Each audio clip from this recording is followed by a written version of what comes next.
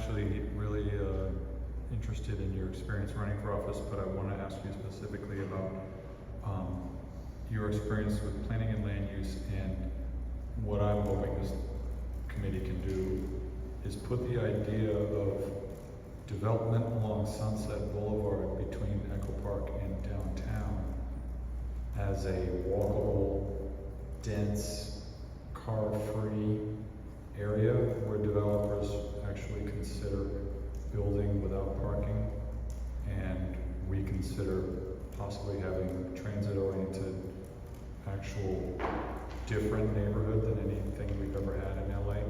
It's an opportunity, and I'm wondering how you think neighborhood councils or individuals can get that idea in the minds and people who are making the zoning and decisions about things like that. That's an call. As we begin with something, go ahead. Sorry? Is this the answer? Yeah. Yes, absolutely. Yes, I think that's a really great idea. I think that one of the great things about Echo Park at its best is that we can be very walkable, but we still can do a lot more. I'm a person who, ever since I was probably 11 years old, was living in Echo Park, was relying on public transit, was walking around in the community. And so I think really our advantage as a neighborhood council is not only that we can talk to those developers and be a voice that pushes for more walkability, more transit-oriented development, rather than certain neighborhood councils in certain parts of the city that have been very car-oriented for a really long time. We don't have to be in their ear going, can you add more parking spaces, add more parking spaces, we're only going to recommend you if you do that. Instead, we can be pushing the developers directly on that, and then we have the ability with this body to go directly to the city council, to the planning board, and advocate on behalf of people in Echo Park. And I think that for a lot of us who get involved in neighborhood councils, we often act as sort of these pipelines between people in our communities, our families, our friends, who sometimes look to us to learn more about what's happening on some of these issues. And I think that historically, a lot of the time, if we don't advocate in terms of walkable communities and transit-oriented communities, it's going to be people who are heavily car-oriented who are going to be doing all of the talking. So I think that really it's just about having conversations, and I think that being able to be a pathway as a neighborhood council and talking directly to the community, whether it's through friends and family or at events like the Lotus Festival or farmers markets, and we also have that in with planning boards and developers directly. Can I ask one question? Sure. All right. Since you were a board member here on the Echo Park Neighborhood Council, what were some of the ideas that you pushed through or written on behalf of the board, or basically, what were some of your accomplishments? I remember those were like the hardest times to actually be on the neighborhood council, but at the same time, it was just chaotic. Most of the meetings that I was with you were kind of like canceled or didn't happen, or so.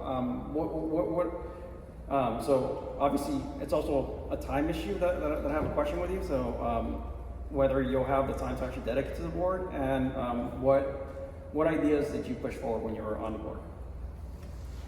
Yeah, absolutely. So in terms of the time issue, I think certainly, I've been dedicated to this committee again that I'm on recently, and with meetings like this, I'm here excited to show up and be involved. In terms of the things I pushed for, I feel like, again, planning and land use was really my first and foremost focus. Reading through a lot of developer applications and looking into that and really pushing for more sustainable and affordable development in Echo Park was a top priority for me. I am a person who, very openly, I'm a person who thinks we need to build more. I'm in favor of building more. I think we should do that in a sustainable way, and that's something that I push for continually. Also, as a District 1 representative, something I very strongly push for was more of an investigation and more effort to be in action to be taken in terms of Baxter Street, in terms of making sure that we didn't have more incidents like the Tesla jump that happened in what feels like 1 million years ago, and also pushing for policies like writing community impact statement in regard to opposition to the policy that ended up being killed 2 armed park rangers in Echo Park. So those are some of the first things that pop into my head. Of course, I could go back and look at the various CISs I wrote and pushed forward and supported. But the big things I tend to think about are, again, my support for development, their planning and land use, my direct District 1-oriented activities in Elysian Heights, and then generally pushing for, alternatives to armed police. Cool. I have one question, it's just kind of like taking a different side of the coin here. Since you were part of the mayor's office, I know there's no like conflicts of interest, but do you think there's any time when like maybe those past relationships might conflict with you being on the neighborhood council? And then my second kind of somewhat related question is maybe something that, what would you like say no to perhaps, or like what were things that you would maybe like disagree with that had happened in the past when you were on the neighborhood council?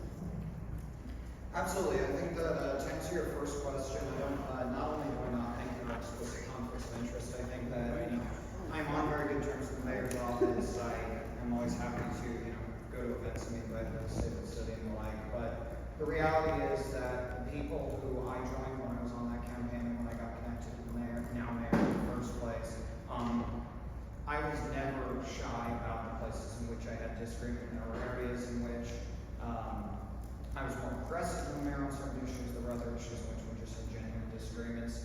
I think that my connections to various offices of government, and I know personally pretty much every elected official who represents Echo Park, I think is an asset rather than a drawback. I'm never someone who has been shy about my opinions. And again, the way I first got connected to the mayor's office was when I was was running against the now mayor. So I'm not shy about that. As for the latter, I think when it comes to the neighborhood council, I was generally in agreement with a lot of the policies that we pursued as a council. Some of the times I think were distinct include the fact that I am a person, again, as I said, who is very pro-development, and some of the time, although I pushed for sustainable development, there were a couple times where I felt certain environmental measures I thought would end up putting additional red tape that I disagreed with. But for the most part, I was lucky to be part of the board in which I largely agreed with the policies we pursued. Sometimes I would be, again, more pro-development than certain other members of the board. For the most part, I was in great agreement, and I can't really look back and think of that many incidents in which we were in disagreement. However, I also, I'm sure if you check various records and I look back, there's also, I have memories of almost every meeting there would be something I would vote against that pretty much everyone would vote for, and so I'm never ashamed to vote against. Thank you. Unless there's any others, I think we can go ahead and go. I just want to say it's really great because there was an incident that happened with the 4 top mayors, candidates for mayor there. And they didn't do anything about it. They didn't say anything. They kept silent, and yet Alex did give me right information of what happened. All right, so let's go ahead and vote then, yeah? Heather, Yes. Dan, Did you say? Danny? I'm gonna abstain. Abstain? Nick, Yes. James, Yes. David, Yes.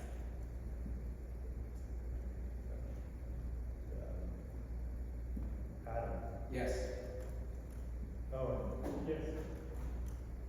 Paul, Yes.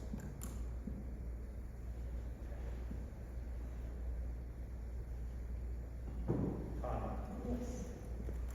Sarah. I'll vote yes, and Nick, yes. I'm gonna vote yes as well, because.